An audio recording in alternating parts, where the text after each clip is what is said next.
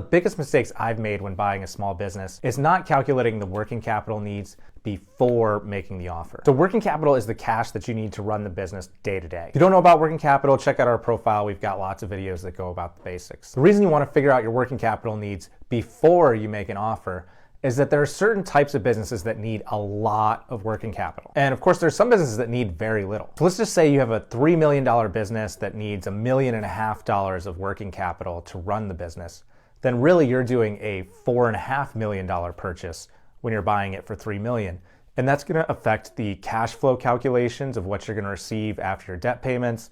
And that's gonna affect the debt service coverage ratios when you go to get the loan. Now, the reason a business selling for $3 million might need $1.5 million of working capital is because it has a long cash collection cycle. So one example of an industry that has a really long collection cycle is, say, hospital staffing. In some instances, we've looked at businesses where the invoicing period takes a total of 90 days, but you're paying that staff weekly or bi-weekly. So essentially you have to float 90 days of expenses.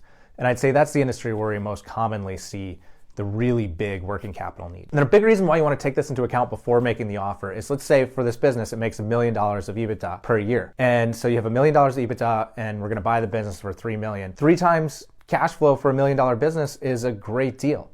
But when you account for that working capital need, really you're paying 4.5, which in this world with interest rates at 11.25% for the SBA loan, really anything above 4 times on the multiple is hard to do. So it's gonna make the deal much tougher to get done. So you wanna make sure you take that into account before you make the offer, because once you've made that $3 million offer, it's really hard to walk that back. So you wanna make sure everything's fully taken into account. And even in the offer, you can ask for a certain amount of working capital to be included in the deal.